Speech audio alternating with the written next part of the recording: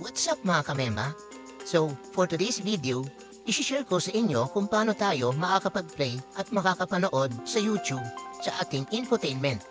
Kaya tumutok lang sa panonood at may matututunan ka dito. Let's go!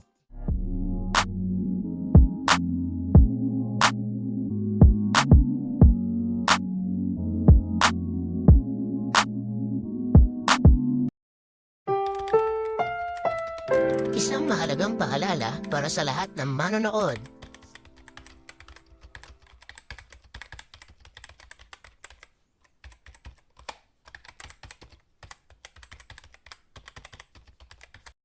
Ngayon, ipapakita ko muna sa inyo yung mga apps na meron sa ating infotainment na stock. Makikita nyo dyan sa screen na wala siyang YouTube o Carstream app. Meron din pala siyang Spotify at meron ding ways na maagamit natin. Makikita nyo rin yung mga apps na meron sa ating infotainment dito sa ating Android phone. Open nyo lang yung Android Auto ng inyong cellphone at punta lang kayo sa Customize Launcher at makikita nyo na lahat ng apps na meron sa ating infotainment. Una sa lahat, i-download at install muna natin si AAAD o yung Android Auto Apps Downloader gamit ang ating Android phone. Okay? Step 1. Pumunta lang sa link na ito. Makikita nyo rin ang link na ito sa description ng video na ito sa baba. Step 2. Scroll down nyo lang at hanapin yung Go to Download.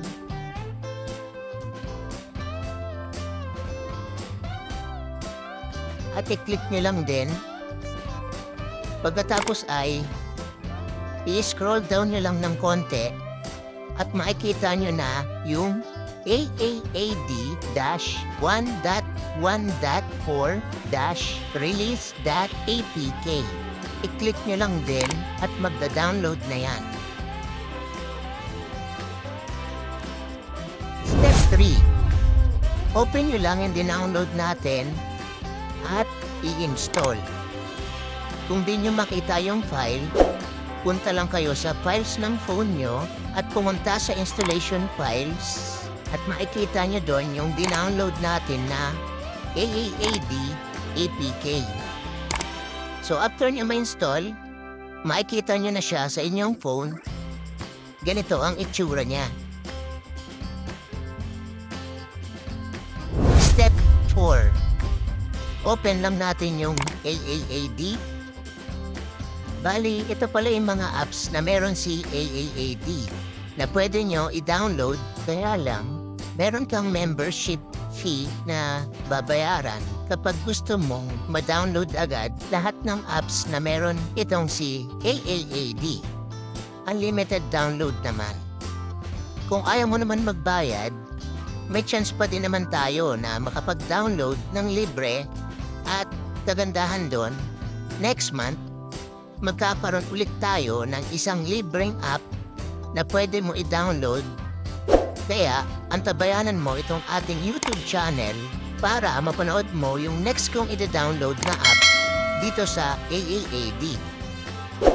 Mabalik ulit tayo dito sa apps na pagpipilian.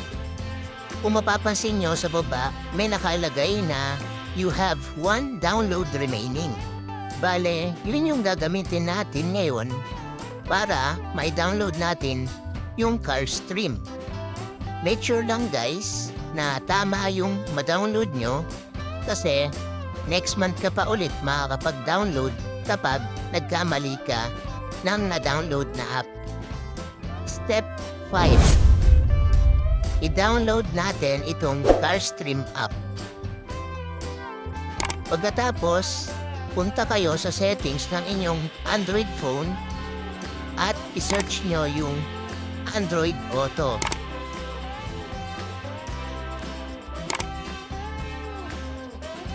Pag na-open nyo na, sa baba ng General, makikita nyo yung Customize Launcher.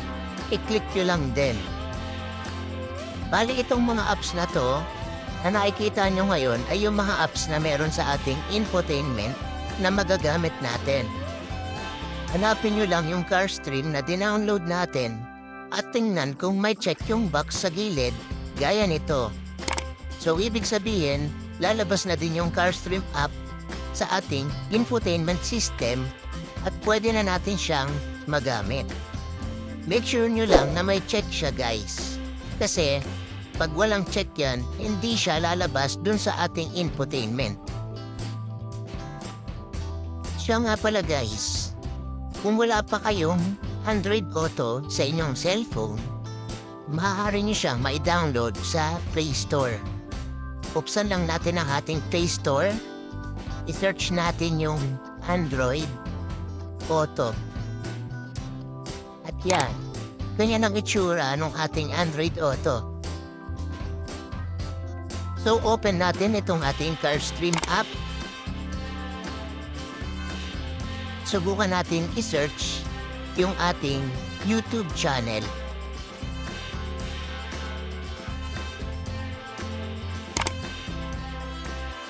So yan, kita niyo naman na gumana siya. Ngayon, testingin na natin siya dun sa ating sasakyan. Ngayon guys, gagamit muna ako ng regular cable or ordinary cable.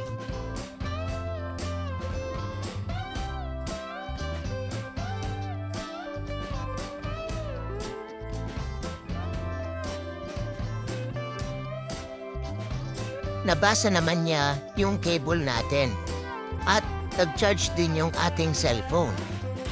Pero wala tayong access para magamit natin yung Android Auto. So ibig sabihin, hindi uubra kung ordinary cable lang yung ating gagamitin. So magpapalit tayo ng ibang cable. At ang gagamitin ko ay yung data transfer cable.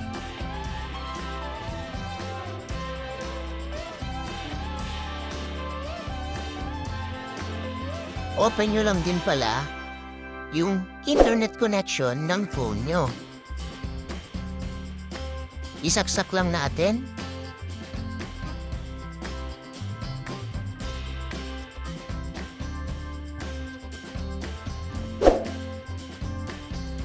At ayun na nga, mukhang gumana na siya.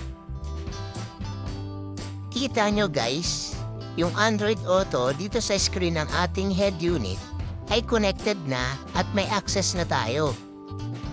I-double check lang natin yung ating phone kung may check yung CarStream.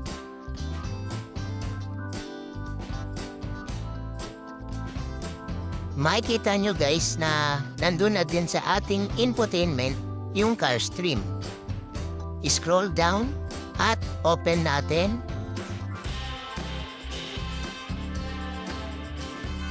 At ayun, mukhang tagumpay tayo mga kamema.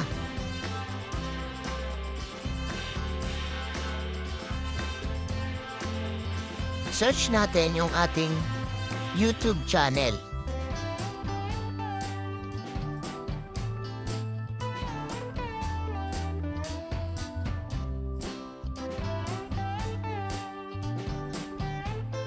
Ayun, si Mr. Mema.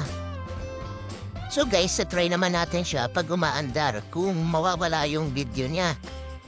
Bale, yung head unit ko pala guys ay naka-bypass na. Kaya kahit ibaba ko yung handbrake at umaandar yung sasakyan, hindi na mawawala yung video at hindi na rin magbublo yung screen natin. Kaya kung gusto mo din malaman kung paano mag-bypass ng head unit, meron tayong tutorial kung paano niya siya gagawin. Kung malapit ka naman sa lugar ko, pwede kita tulungan. Kontakin mo lang ako sa aking Facebook account na nasa description ng video na ito yung link ng aking Facebook account. Message mo lang ako doon.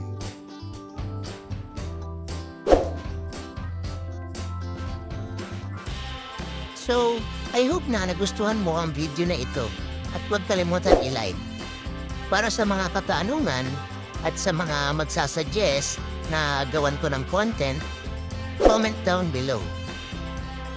At syempre, huwag kalimutan mag-subscribe sa ating YouTube channel kung gusto mo pang maapanood ng mga ganitong klaseng tutorial at hit mo na rin ang notification bell para ma-notify ka sa ating mga bagong videos. So muli, ako pong inyong lingkod na si Mr. Mema.